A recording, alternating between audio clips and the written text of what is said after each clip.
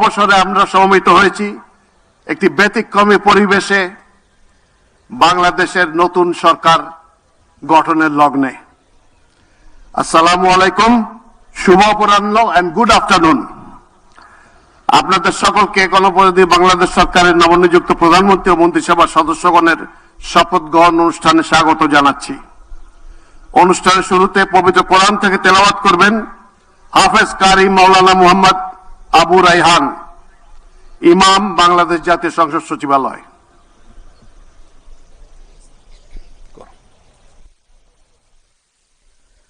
أعوذ بالله من الشيطان الرجيم.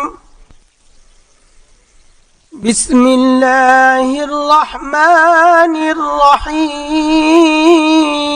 الرحيم.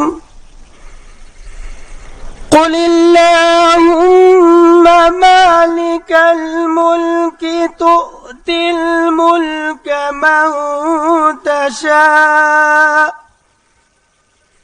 وتنزع الملك ممن تشاء وتعز من تشاء وتذل من تشاء بيدك الخير إنك على كل شيء قدير.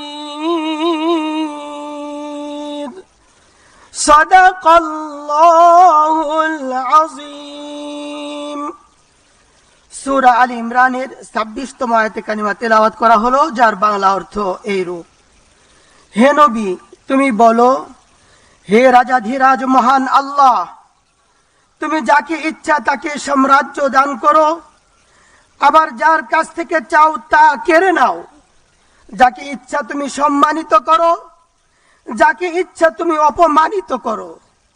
সব রকমের কল্যাণ তো তোমার হাতেই নিবদ্ধ।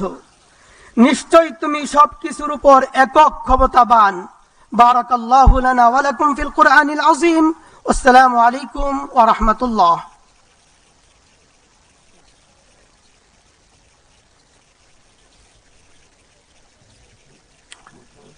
সম্মানিত সুধীবৃন্দ, অনুষ্ঠানের শুরুতে গভীর শ্রদ্ধায় স্মরণ করছি স্বাধীনতা যুদ্ধের নিগৃহীতা মা বোনদের।